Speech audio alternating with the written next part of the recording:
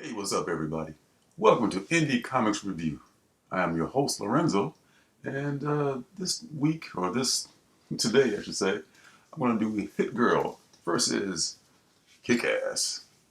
Now, this version of Kick-Ass, I've talked about before. Um, this is not the original Kick-Ass.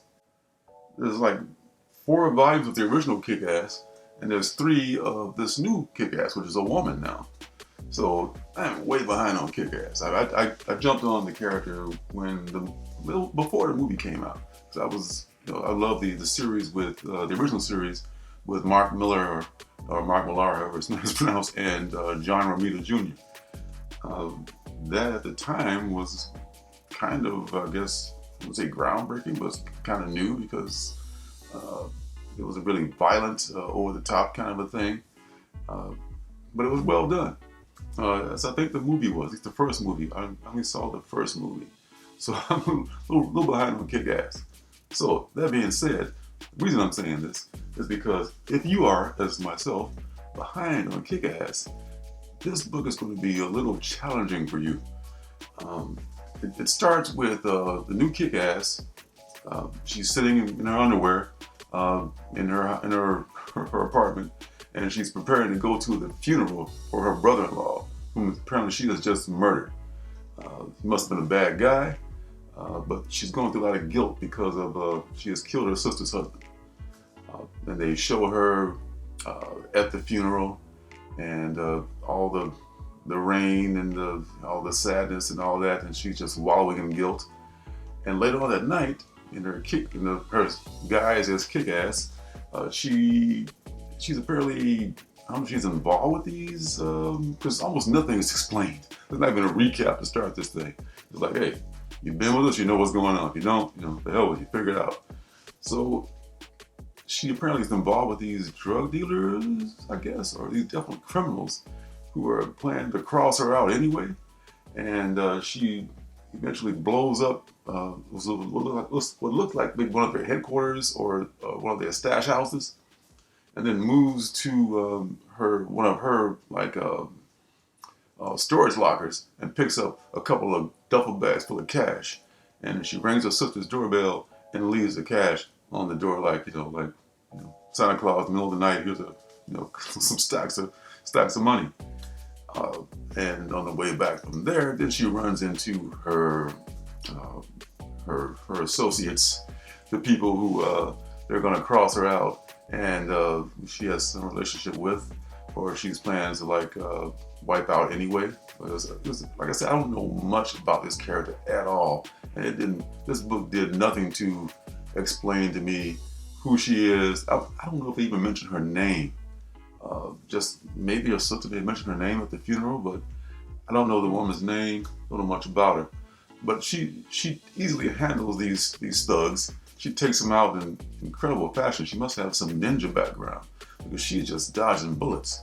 The original Kick-Ass was kind of he was learning on the job, kind of like a novice. But this woman is just she's too cool for school. She's surrounded by thugs and just somehow managed to shoot and kick her way out of it. But that's fine. That's fine. And meanwhile, Hit Girl is arriving in town, and she happens upon some motorcycle thugs who are just harassing this couple and their child in the car and about to run them off the road. Of course, she comes in like some homicidal Batgirl on her Hit Girl cycle, and proceeds to kicking their asses and chopping off heads and taking names. And I'm just going to, at the end, because not much is revealed, so there's no spoilers here to give because everybody apparently except me knows what's going on. And at the end, Hit Girl is shown arriving in Albuquerque, like, hey, I'm in the house now. So eventually, Hit Girl versus Kick-Ass is going to happen. The whole girl on girl superhero misunderstanding that we become friends, whatever, maybe already friends, I don't know, because they don't explain shit in this thing. So hey, I don't know what to tell you.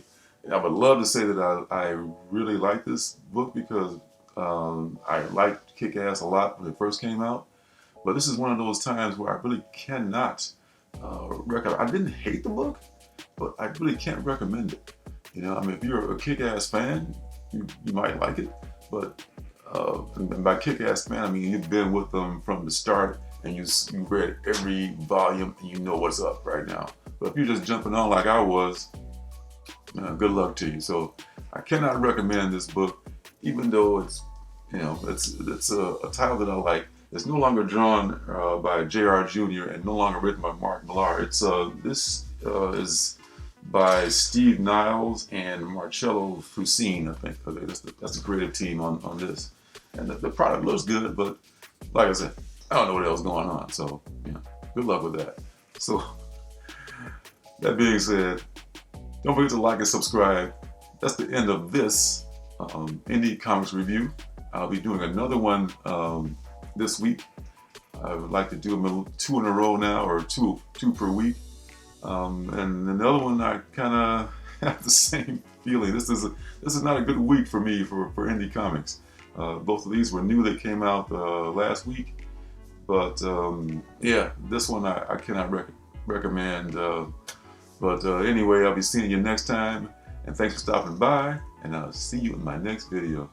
Hey, don't forget to subscribe and leave a thumbs up.